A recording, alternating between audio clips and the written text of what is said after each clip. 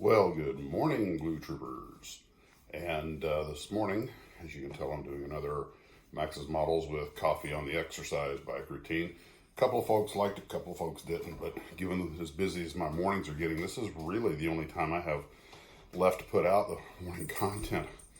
And you can hear the bell ringing. That's Precious over there going into her princess, saying, "I shall allow you to exercise in my presence.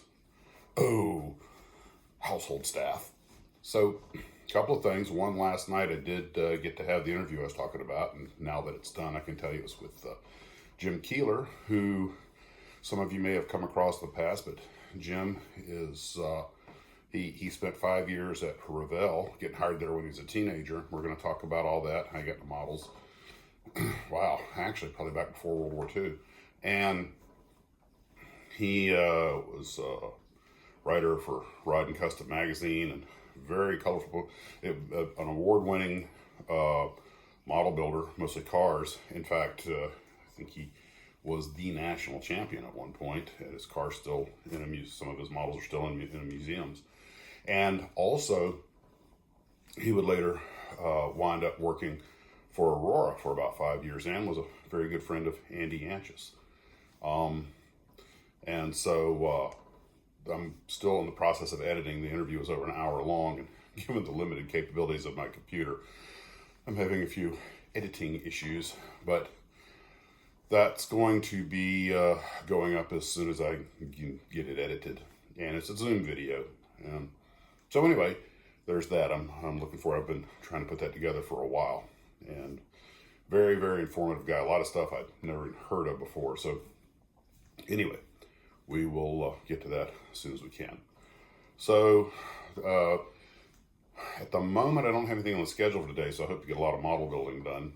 And then there's the other thing I was going to tell you guys. You guys all know Facebook had a meltdown a while back. And although I have a Facebook channel, I don't use it that much. And it's being cantankerous and giving me problems, especially Messenger. So if you're sending me stuff through Messenger, there's a fair chance it's not getting to me. Having trouble logging in and getting all these weird messages. I mean, passwords and everything are right. That's not the problem. Sometimes I can get in through another app, but so really, just your best to email me, maxismodels@yahoo.com.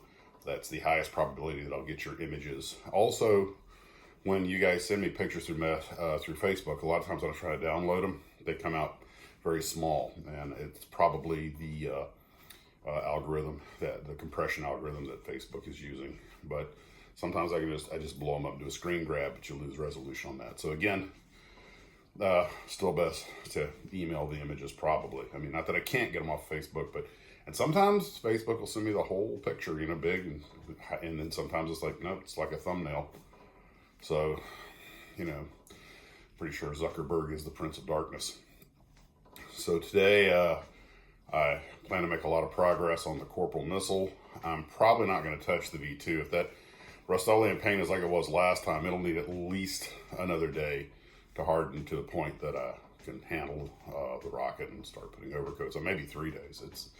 I've had it happen where it's taken about 3 days. And even though I just use the can normally, it put on a pretty thick coat. And I think one reason I noticed how thick the coat was is because the model is not real big. So, some things don't scale, and that brings up a point for the day. And we've all seen it in movies where they're using miniatures, especially with ships, and water doesn't scale. So you wind up with a model, this beautiful model ship cutting through the water, but there's no frothing, there's no churn. The water's just kind of looks like somebody sitting there with a garden hose on the bow, making this blobby looking bow wake or something. And there's really not. Some movie makers have tried, I think, shooting compressed air into the water to make it froth up a little bit when they use their miniatures. A lot of work.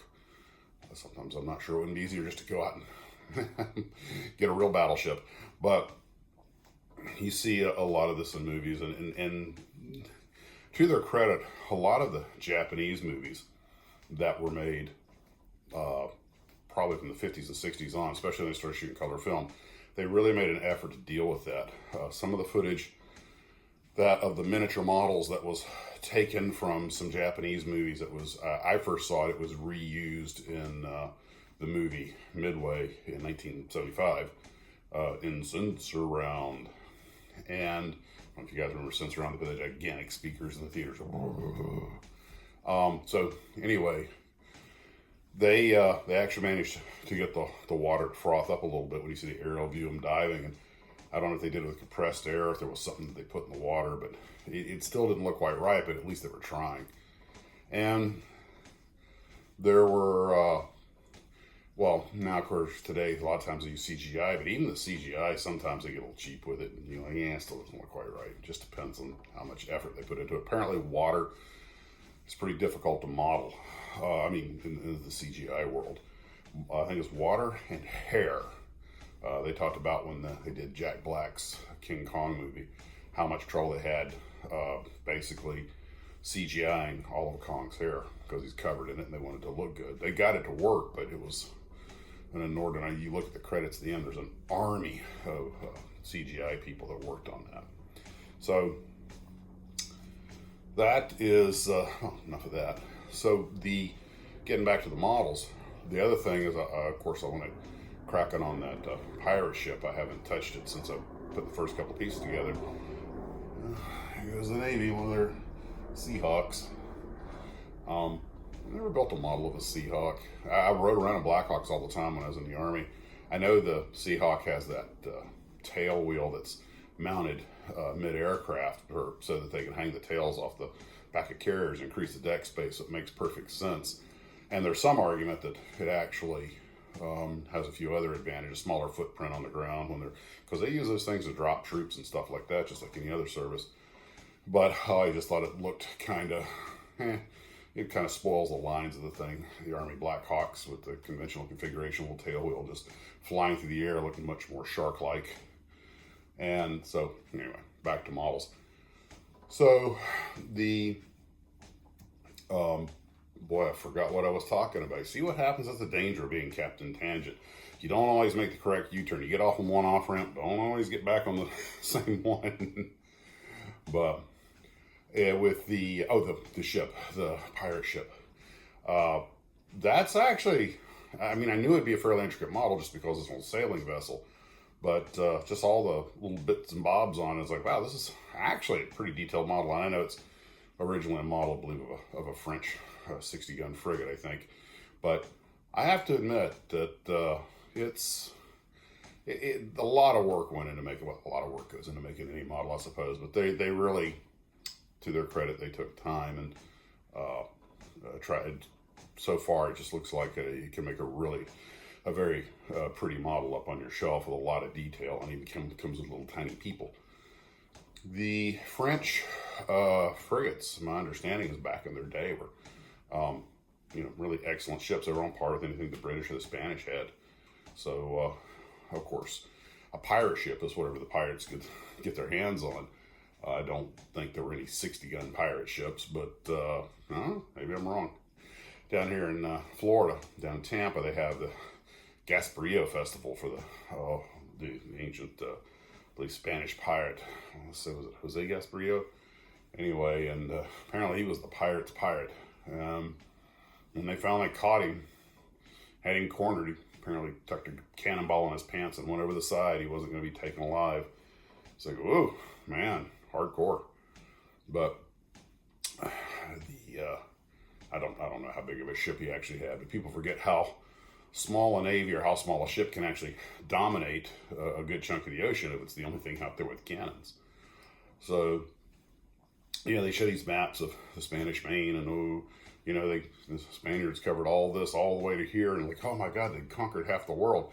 When you really get down to it, there are a few ships here and a few pueblos there. There was just nobody else in the area, so they got to claim it. So it's, even when you look at the war in the Pacific in World War II, they show all this area in the Japanese co-prosperity zone. I'm like, in reality, it's a couple of ships, some subs, and a few islands that they're holding. There's just nobody else out there to challenge them at the moment. So that's a thing. When you build models, when you think about land warfare and ocean warfare, or even not necessarily warfare, but call it military protection. or occupation. When you're building a ship, you're building a military ship, a warship. You're building a model of something that is highly mobile, and provided it's the biggest thing around or the most powerful thing around, it can control a certain area, but only while it's there. As soon as it moves away, that control dissipates with it. But when you're building a tank or something like that, you're talking, or infantry soldiers, when you make models of land warfare, you're talking about something that can actually be occupied permanently. In other words, as the troops move through Europe, pushing the Germans back into Germany, as they liberate France and all these other places, you're talking about physical occupation that's actually, this is like, here, we are in control of this. We're leaving people here all the time. We're maintaining control. But you go over to the Pacific Theater and you build yourself, the Japanese combined fleet. Well, they're very impressive where they happen to be, but they're running around stomping out fires across the Pacific. The U.S. Navy's doing the same thing. You can hold some islands, but that just gives you local control. Whereas you look at the European battlefield, you see all this place that's occupied by the Germans or occupied by the Italians or occupied by the British. It's genuinely occupied. Whereas you look on the ocean, well, in the Pacific or wherever, it's like, well, it's occupied while the ships are there. As soon as they leave, it's just open water, and the ocean doesn't care. And it probably laughs at all of us. So that's just sort of the thing to think about when you're modeling, is that I'm building a model of this, and this in the real world, look at, as you're building your model, think of the map and think of what this entitles any given nation or group of people actual control over. And you just realize that you're dealing with two entirely different philosophies of occupation or of control. Whereas ground troops can occupy, ocean-going troops can more or less just patrol. And this is where my mind went this morning, but I think you get what I'm talking about. So it's just like when you make a model of a car, I'm thinking like a civilian car, like a hot rod or something. When I build a model of a sedan, I'm talking about a vehicle that has this practical, I could own one, and that's probably one reason I like building cars, the kind of vehicle that I could own. Probably one reason I never got into dragsters. And whereas a dragster, although it'll do that, quarter mile lickety split, you're talking about you're putting all this work in a machine that really does everything it's going to do to impress the crowd in about 6 or 7 or 8 seconds. And whereas it may look far more exciting than the family sedan, but you build a model of a Polara or a Fairlane or something, you're building a model of a car that not only you could own, but it goes everywhere and does everything for you. I mean, it's, somebody says, I love building model cars. Well, what kind? Because they're so, just like when somebody says, like building model tanks, well, you mean a Char-B or an M1 Abrams, because and that's one of the beauties about modeling. It lets you dip a toe into each of these worlds. And you guys know I built everything. And spacecraft, sci-fi, cars, trucks, planes, tanks, doesn't matter. And it allows, and I've learned so much through model building also. You just reading what the little information they have on the instruction sheet. And the thing is that models are what I call voluntarily educational. You buy a model of something that grabs your eye or interests you, and even if you just read the paragraph on the side of the box, you've learned something about that subject. But when model makers try to make a quote-unquote educational model, like I'm learning when I'm getting started doing this thing with Paul on the insects, a lot of kids look at that and go, I want to build a model of a ladybug. So you can't force them to buy it because it's educational. It's got to be interesting. Now, I just realized where they went wrong. What they should have done was built all the insects and visible animals being disintegrated by Godzilla. Then the kids would buy it, because Godzilla makes everything better. King Kong eats ladybug, and then have the instruction, have the information on the side, because kids will buy anything with a monster on it. If you put ladybugs on Frankenstein's, around the feet of Frankenstein or Dracula or whatever, kids would probably buy. Oh, I'll paint the ladybug because he's going to go on Frankie's feet, and then you put your information about the ladybug. What you do is you put something like why the ladybugs are attracted to Frankenstein, and then you put real facts about the insect or whatever it is that you read, or have Frankenstein fighting, like a 5-to-1 scale, like a 1/16 Frankenstein fighting a 5-to-1 scale insect, like a praying mantis. And then what you do is you put a real brief history of Frankenstein, and then you put real information about the praying mantis. This one was mutated by whatever, blah blah blah. Whereas the real praying mantis, and then you just put, and the kids will read it, or at least in my generation, they'd have read it just because it's fighting Frankenstein, and it's something. Now you've got their interest. It's all about grabbing a kid's interest if you want to be educational with models. So, man, I'm a genius. I should be making these decisions. Not. Well, anyway, guys, that's all I've got for this morning. I hope you're doing well, and take care of yourselves. And as always, model on.